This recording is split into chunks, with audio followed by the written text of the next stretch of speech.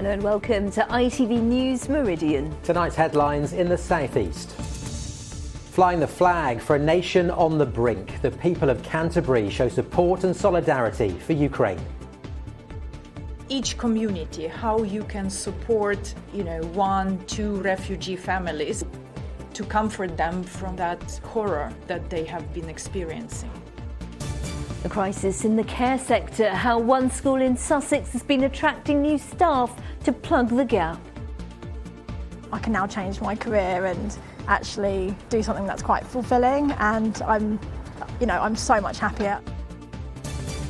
Also this Monday evening, protecting your pets, the mystery illness that's worrying dog owners. And remember these, why the familiar sooty boxes could be enjoying a new lease of life here in the southeast. Good evening. One Ukrainian couple living in Canterbury is tonight urging the British government to accept more women and children escaping the conflict into the UK. Olena Nizolov, who works at the University of Kent, says her sister managed to flee the fighting, carrying her 2 young sons with her. But as Sarah Saunders now reports, the pair cannot be reunited here because siblings do not count as immediate family. Please support Ukraine. Thank you very much. Thank you. In Canterbury today, Olena and Denis Nizolov gave information to people wanting to offer their support to Ukraine. Fighting has reached Olena's home city in the south of the country. There are burnt-out tanks in the streets. Her sister Olha headed for the border, travelling alone with her 2 young sons, aged 8 and 6. The sisters stayed in text and video contact until the phone battery ran out. Last thing that I saw at night was like, they're so heavy. I don't think I can carry them, because they're just collapsing. They're so tired. They're sleeping on the ground. They're just falling on the ground and want to sleep. And it's cold, and she can't carry them. What if they freeze? Olena's sister managed to get out, but the siblings and children will not be reunited on British soil. No, my sister cannot come here because she is not considered by the Home Office as an immediate family member. I think something that needs to be clearly understood. These are the people in immediate need, in urgent need. And these are people who are not coming here to stay. They're escaping the danger of war, but as the war is over, they will go back to their families, to their towns, to their jobs, to their businesses. At home in Poland, Wojtek Skibin's family is offering refuge to fleeing families. Here, the business owner is one of those doing what he can to support his Ukrainian neighbours. Just to raise the awareness what's going on, because we are facing the biggest humanitarian crisis after Second World War. Already, it's a data from yesterday, is 300,000 refugees crossing the border, and we're talking probably about the millions in the next couple of weeks or months. And while some seek safety for their families, this military surplus supplier in Folkestone says others are preparing to return to fight. Basically, the kind of people that have contacted me are normal civilians, Ukrainian civilians that need to get back to defend their country. I dealt with a couple yesterday and were ordering 15, 16 sets of kit for troops already on the front line.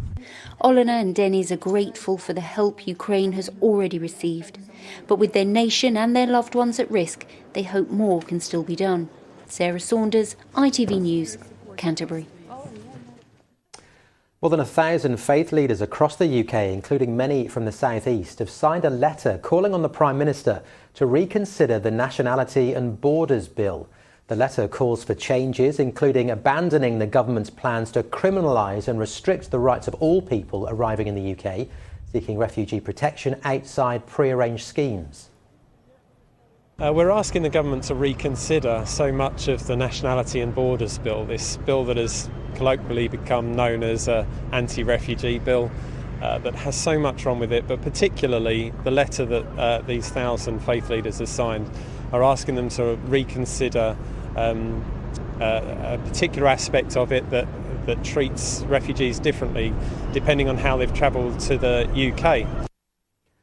Well, the government's told us the bill will differentiate between those who arrive in the UK through legal routes and those who arrive having had the opportunity to claim asylum already in a safe country.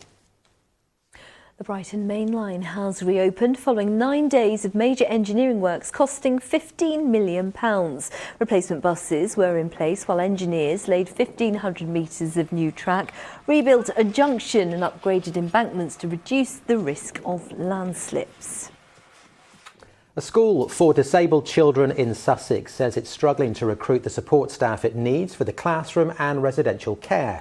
Chailey Heritage near Lewes has dozens of vacancies and like much of the care sector, it's finding it difficult to attract staff. But the foundation has managed to recruit 3 siblings, as Abigail Bracken explains. Sam is one of nearly 90 children and young people benefiting from state-of-the-art facilities at Chailey Heritage near Lewes. But there would be room for more if they could recruit more staff. Here, Sam is relaxing in the school's rebound room with a trained therapist. But the foundation has dozens of vacancies for teaching assistants and support workers. It is significantly worse to what it has been before. I mean, historically, we're always recruiting with natural turnover of staff, but you're looking maybe up in school of, maybe 4 or 5 members of staff, whereas now actually it's significantly higher. And the same is true down on the bungalows. It's having a significant impact currently, just trying to get people to come through and see what we offer here. Recruitment is a struggle for the whole sector. The care home staff vacancy rate almost doubled from 6% last April to nearly 12% at the end of the year. And this is what the struggle to recruit care staff means here, in the bungalows where children can stay year round, or in this room for short breaks. There are empty beds that would be filled if they could employ more support staff. Staff like these sisters, who both came to work at Chailey Heritage after their niece Emma was cared for here. I used to come on the weekends and just hang out and sort of take her out and then come back. The staff were always really friendly and it was just a really nice place to sort of come and visit, and she absolutely loved it here. And after having to work from home during lockdown, Kim's sister decided she needed a change. I kind of took that plunge and thought, you know what, I can now change my career and actually do something that's quite fulfilling, and I'm so much happier. Yeah, good boy, good signing. To complete the set, a third sister is now one of their newest recruits, who after months of training has learned how to tube feed children like James. Is your feed coming in, James? Attracted by family-friendly hours, but more importantly, I love kids, so I would like to give back as well, so I wanted to work here as well. And as the foundation needs others to do the same, it's now offering a £600 golden hello to tempt new hands-on staff. Abigail Bracken, ITV News, North Chailey. ITV has confirmed it's pulling out of the London Resort. The theme park on the Swanscombe Peninsula in North Kent has been called England's Disneyland. But the project's been beset with delays, and objections from green groups about damage to the environment have now caused both the BBC and ITV to withdraw their support for the multi-million-pound scheme. A drugs dog has helped track down a Maidstone drug dealer. Roxy indicated there were signs of controlled drugs in the man's car or on his clothes. The driver was taken to a police station and cocaine was found. He was arrested on suspicion of possessing Class A drugs with intent to supply. A £2 coin celebrating Dame Vera Lynn has gone on sale. The Forces sweetheart singer, who lived in Ditchling in East Sussex, died in 2020 at the age of 103. The coin features her portrait and the words "We'll meet again," taken of course from her most famous song. You're watching ITV News Meridian here in the South East. Thank you so much for watching us. I'm Sangeeta, and you may have noticed this is Matt. Coming up. Why your local sports club will be glad of a helping hand this weekend. And today we say goodbye to meteorological winter, but will our change of season bring some spring-like weather? I'll have your forecast. Well, we hope so. And remember, you can find more on today's top stories in the region by visiting our website. Please go to itv.com/Meridian. And remember, you can also follow us. That's on Facebook and on Twitter.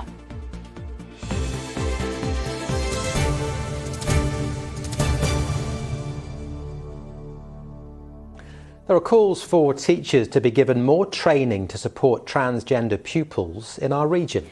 A survey seen exclusively by ITV shows that the majority of teachers in the South East have a transgender pupil, but more than 7 in 10 said they need more guidance on how to support them. Well, Catherine Walker has the final part in our series marking LGBT+ History Month. Out and proud, artist Orange identifies as non-binary. But they weren't always so comfortable expressing their gender identity, especially at school. I wasn't ever informed that I had an option to not be a girl. And whilst I was a strong-willed child, I also was a child who really wanted to please everyone around me. So I didn't feel able to question gender. I didn't feel like I would be empowered or accepted or believed. And so anytime a question around gender came up, I would just naturally push it back down. Discovering your gender identity whilst at school can be a difficult journey. And research seen exclusively by ITV shows that teachers want more training around the issue. More than half of teachers in the South East say they have a transgender student, and 76% would like more help and guidance. Well, we know that there are trans young people all across the country, and there are already teachers that are doing a fantastic job on supporting them. I think for those teachers that are feeling a bit daunted and are feeling like maybe this is a bit new to them, it's only right that they know how to support them. Keen to help teachers build their confidence, Dominic and his team offer free workshops for staff. If a student identifies as trans, I think the first step we would take is asking them what pronouns. It's been a massive help for Claire and Annette, who've set up an LGBT+ group at their high school. What difference has it made to your students having this pride group? I think it gives them a safe space to be who they are and to celebrate who they are. It gives them a space where they feel that they can meet other LGBT+ students as well as allies and feel supported within school. And I think our job as educators is to make sure that young people have that space within school to feel supported. The government says they're working with the Human Rights Commission to review how they support transgender pupils. But for Orange, this simply doesn't go far enough. They want all teachers to be given the support they need and quickly, so young LGBT+ students can thrive. Catherine Walker, ITV News.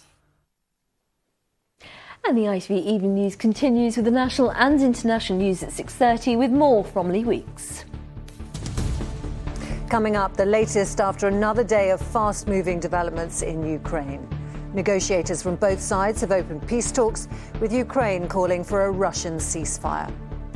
It hasn't yet stopped the fighting as Russia continues its assault. But at what cost? Today, the value of the ruble slumped to a record low. While tonight, FIFA and UEFA prepare to suspend Russia from international football. We'll have all the latest on the conflict at 6:30.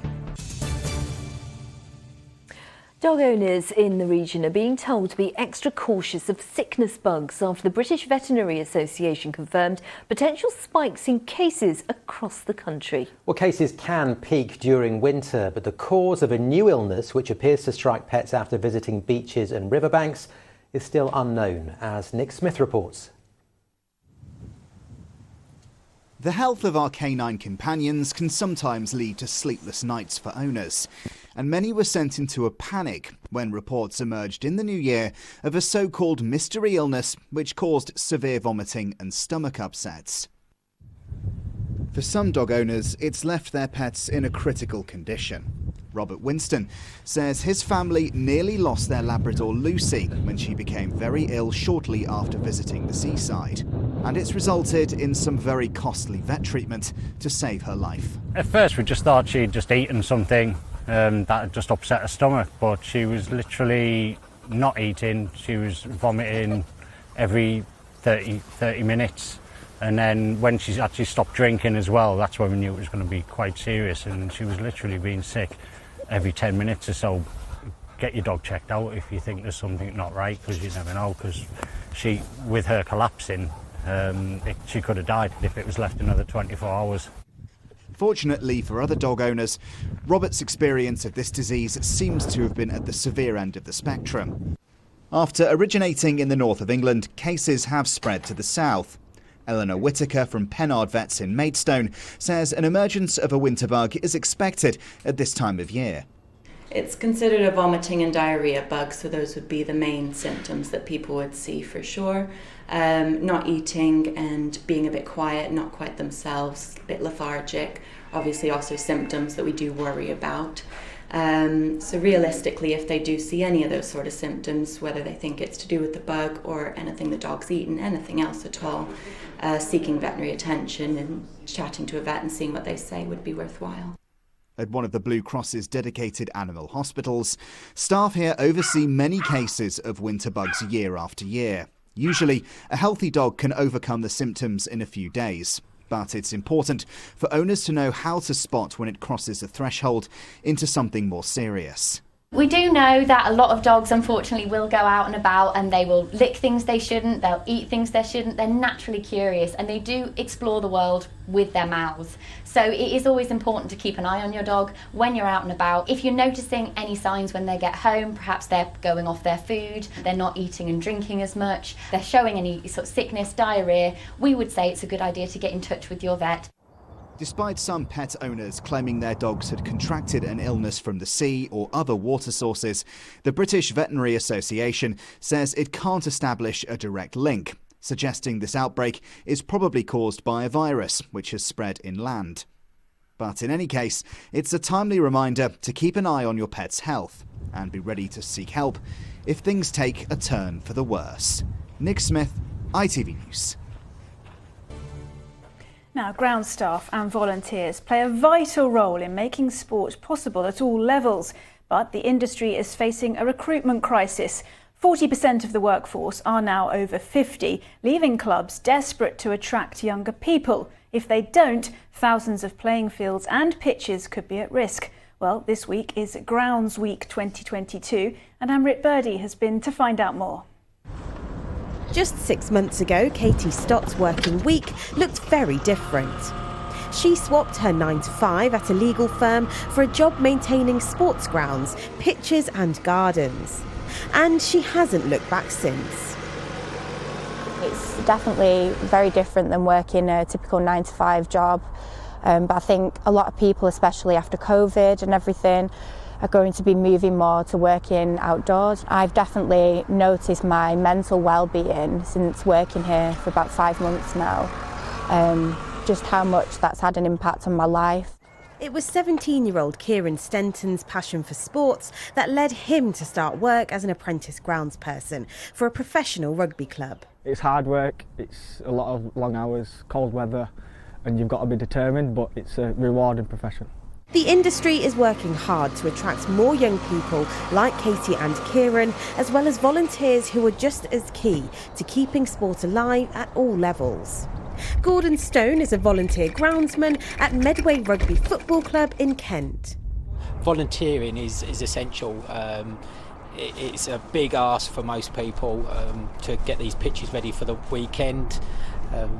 It's also challenging with the conditions, as we've experienced in the last few weeks with the weather. So volunteers are an essential part of our organisation. If this recruitment gap in grounds management isn't filled in the next few years, around 5,000 pitches, just like this one, could be left without the vital role of a grounds worker. It's definitely a career that people, once they start to find more about it, is that something that interests them, and we've got numerous examples of people undertaking career changes and coming to work outside. I think if you're a lover of sport, it's not just the physios or the strength and conditioners or the coaching side or the official side of it. There's actually another really important side of it, and that's grounds management. And without grounds management, sport wouldn't be able to flourish the way that it does today. Grounds Week 2022 runs until the 6th of March, celebrating the essential work of grounds teams in sport. Amrit Birdie, ITV News. Finally, congratulations to the 10,000 runners who took part in yesterday's Brighton Half Marathon. Two-time Olympic champion Dame Kelly Holmes got the race underway before taking part herself. Ross Skelton from Sussex claimed his first victory in the men's race, crossing the line in just over an hour and 7 minutes. Charlotte Reagan also claimed her first win in a time of 79 minutes. That is quick. Well done to them, but well done to you all, no matter how long it took. A lovely day for it yesterday. Wasn't it? Beautiful blue skies. Sarah, thank you. Go on then, ask me. Ever run a marathon? I've eaten a few.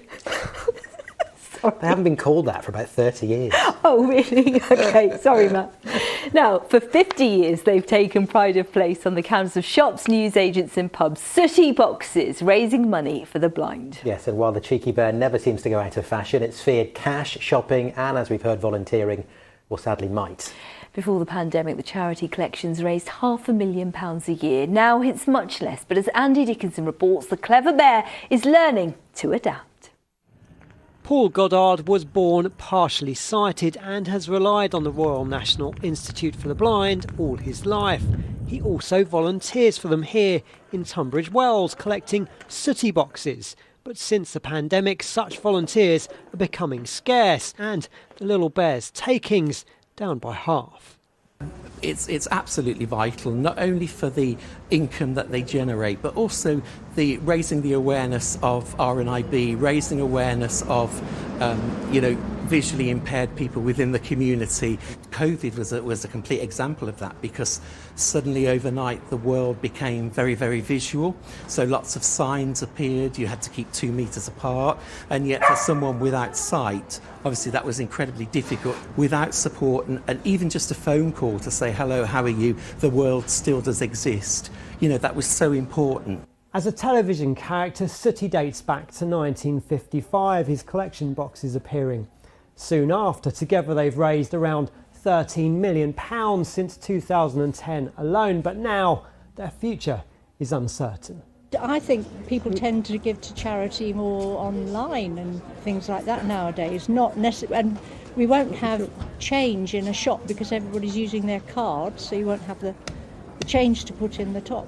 Nobody goes round with cash or whatever, so they do need to, because I'm sure people want to contribute. I think it's becoming increasingly important to support the RNIB and all charities really, because they're having a harder and harder time as people have less and less cash in their pockets. We just really need some more volunteers all across the country to do the work that Paul does. So go out and collect and empty the boxes. It's such a flexible role. It can fit in around all other commitments.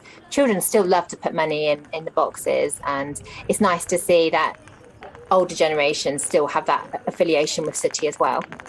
With fewer shops and venues open, those that do retain these collections are now in even more demand. The charity also working to update its furry friends with contactless options. Sooty boxes still raising a smile as well as funds. Andy Dickinson, ITV News, Tunbridge Wells. I really do remember those. They were everywhere, They weren't were. Once upon a time. Back in the day. Back in the day. Holly is with us now. Holly, tomorrow is the 1st of March. Thank God. Yes, and the start of meteorological spring, of course, according to us weather forecasters. Some people would say it's the 20th of March when you get the equinox, but we like to have nice, easy months to work in. So we say 1st of March, 1st of spring. Should we take a look back at what it's been like through winter? I don't know how well you remember it. Quite well. It seems like it was warm. Do you know, it was warm. You were paying attention. No frost, not a lot of frost. Not a lot of frost. No, you're right. So take a look at these statistics. We had 95% of sunshine. It's a little bit duller than average. 91% of rainfall, so a bit drier than average, and 1.1 degrees above average. So that is quite notably mild. But to break it down a bit, you sort of miss the nuances when you look at the whole season. So December, very, very dull, if you can remember back that far. And then January flipped it all on its head and gave us some lovely sunshine. January, that's the only time we had some really cold nights. We had those cold, frosty nights because we had high pressure in charge. That's also why we got the sunshine. But we haven't had much cold weather at all, really. No significant snow, nothing of that kind of ilk at all, really, this year. And overall, as I say, winter's been very mild, and February as well, very, very mild once again. Perhaps I think the thing we'll most remember February for is, of course, Storm Eunice, with its record-breaking winds, 122 miles an hour at the Isle of Wight, which was just unbelievable. So nothing particularly outstanding with the winter, but we'll see what March has in store, shall we? Yes, it's the spring. Let's just go with it, spring now. Not long to wait. Yeah. No, absolutely. Right, let's get a check on the full forecast with Holly, of course.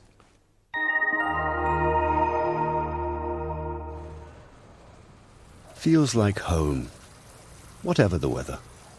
Valent Boilers and Heat Pumps sponsors ITV Meridian Weather. So saying hello to meteorological spring, but sadly the weather not looking great for tomorrow. I think fairly cloudy, pretty murky, breezy. Tonight we're seeing outbreaks of rain, and tomorrow I think a fair bit of drizzle around as well. So weather front with us, but it never really clears through enough. Then another feature heads our way for Wednesday. Thursday, perhaps the best chance of some brighter weather for this feature heads our way on Friday. And then for the weekend, high pressure tries to build in, but as you can see, this weather front is never too far away, and unfortunately that could continue to give us a fair bit of cloud. There's still a bit of uncertainty with the detail by the tail end of the week. But for the time being, outbreaks of rain spilling in, some of these perhaps on the livelier side, quite a breezy southerly or southwesterly wind, an awful lot of murk as well. Hill fog, poor visibilities, temperatures stay up for tonight, but it's a disappointing old start to tomorrow morning. So low cloud, hill fog, and then although you can't see much of it on my graphics, I do think we'll tend to see drizzle on and off throughout the day as well. A northeasterly breeze, a chillier direction than today, so temperatures struggling that little bit more. Perhaps some brighter skies emerging on Thursday, possibly into the weekend as well, but I wouldn't hang my hat on it just yet. Take care. Valent sponsors ITV Meridian Weather.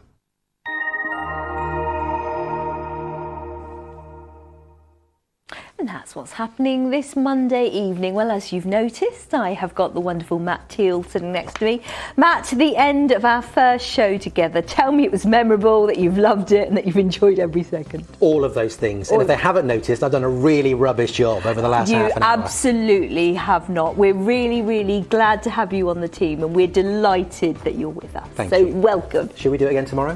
I think we should. Well, in just a moment, the ITV Evening News with Romilly Weeks. Well, for now, from the team at ITV Meridian, of course, thank you very much for watching. We will see you at the same time tomorrow. For now, take care. Bye-bye. Bye-bye.